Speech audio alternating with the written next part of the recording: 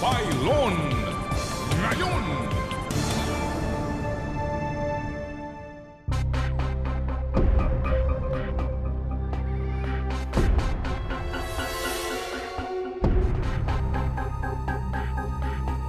Sa pagtatayo ng isang minahan, may ilang requirements na napakahalagang maipakita ng kumpanya sa ating pamahalaan upang mabigyan ka ng permit to operate. Ang plano, ang ECC o Environmental Compliance Certificate.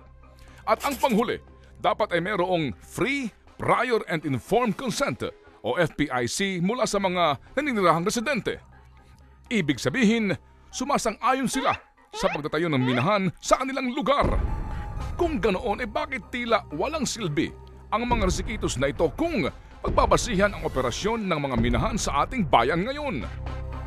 Ako ay sa Manobo Tribe. Dito sa entire Surigao Sur, ito na lupain ay nakuha namin sa aming mga ninuno. 65 years na naninirahan kami dito sa lugar na ito. Ayon kay Dato Cesar Batao, simple lamang ang pamumuhay ng mga Manobo noon sa kabundukan ng Cantilan, Surigao del Sur.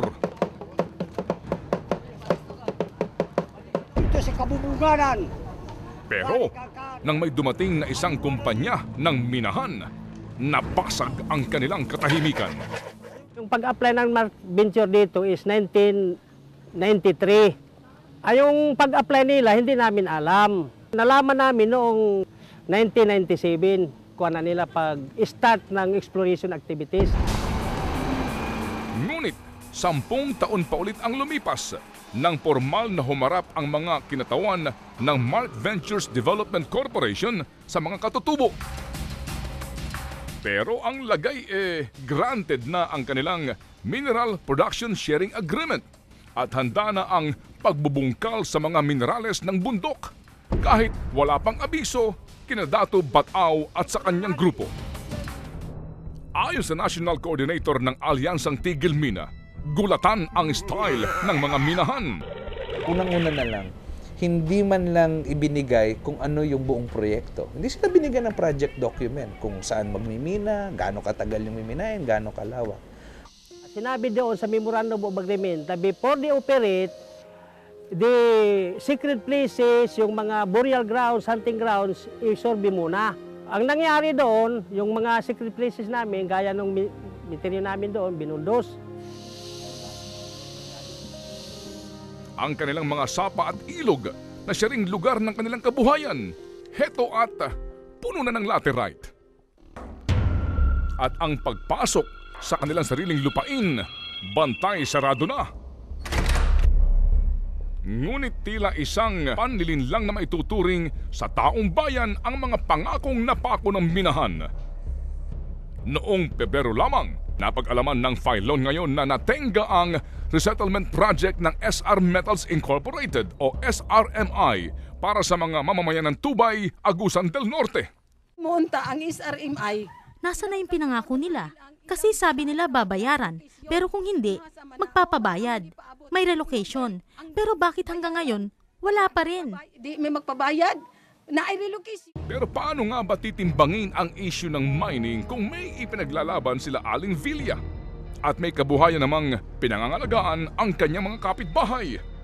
Malaking tulong sa amin. Gawa na nga yung nagpagkatrabaho yung mga asawa namin, yung mga kapatid ko, nagtatrabaho din, at mapag-aral talaga namin yung mga anak namin. Ito ngayon ang problema. Mismong mga residente na ang naglalaban-laban at nag-aaway-away. Saan yung relocation nga? 6 months nga o ano nga? Amakan pa? O hinaglangan nga nila. Sa lahat ng lugar na pinuntahan ng Filon ngayon na mayroong nangyayaring pagmimina, kapansin-pansin ang pagkakawatak-watak ng komunidad na kung saan ang magkakapamilya o magkakamag-anak ay nagkakaaway na. At kung minsan nauwi na sa sakitan, maging patayan.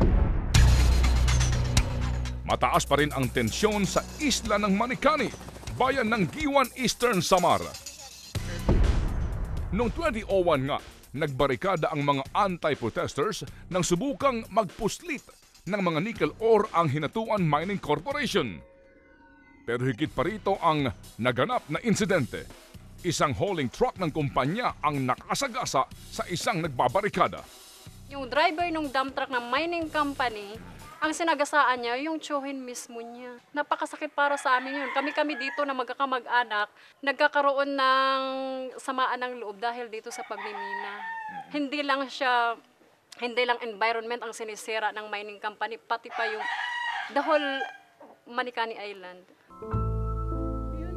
Kaya naman, tutol pa rin sila sa napipintong pagbubukas muli ng Hinatuan Mining Corporation sa Manicani Island.